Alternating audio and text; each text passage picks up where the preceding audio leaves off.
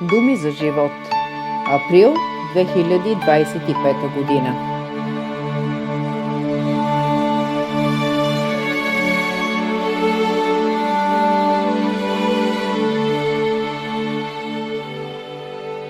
Ето, аз правя нещо ново. Ей, сега ще се яви. Нима и това не искате да знаете.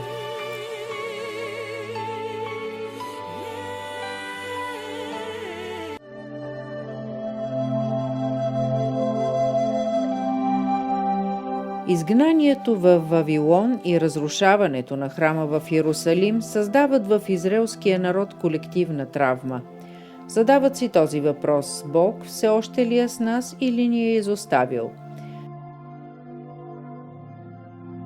Целта на тази част от книгата на пророк Исаия е да помогне на народа да разбере какво прави Бог, да му се доверят и така да могат да се завърнат в родината си.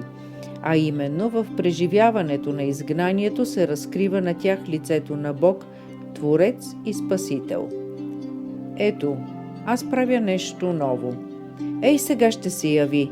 Нима и това не искате да знаете. Пророк Исаия припомня на народа за неизменната любов към Бог, към своя народ. Неговата вярност остава постоянна дори по време на драматичния период на изгнание.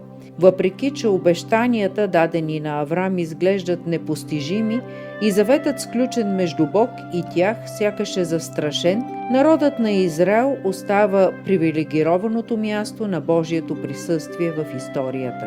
В книгата на пророк Исаия се разглеждат житейските въпроси от основно значение не само за онова време. Кой държи в ръцете си развоя и смисъла на историята? Този въпрос може да бъде и на лично ниво. Кой държи в ръцете си съдбата на моя живот?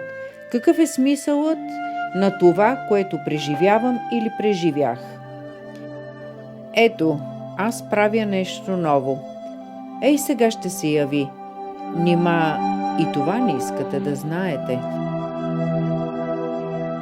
Бог постоянно работи в живота на човека, като прави нови неща.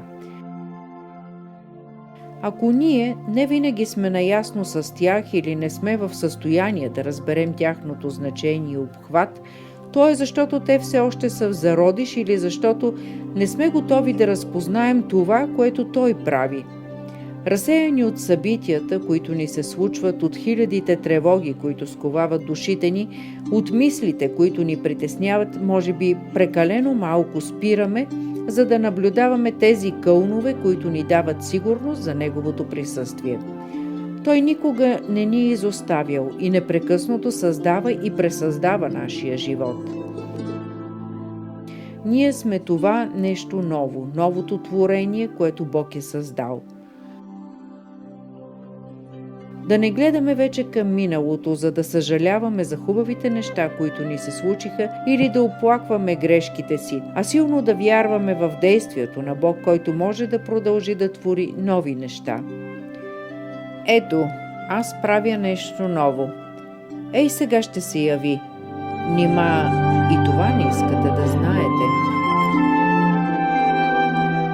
Заедно с тези, които споделят с нас пътя на живот, в нашите общности, приятелите, колегите, да се стараем да работим, да се противопоставяме и да не губим вяра, че нещата могат да се променят към по-добро.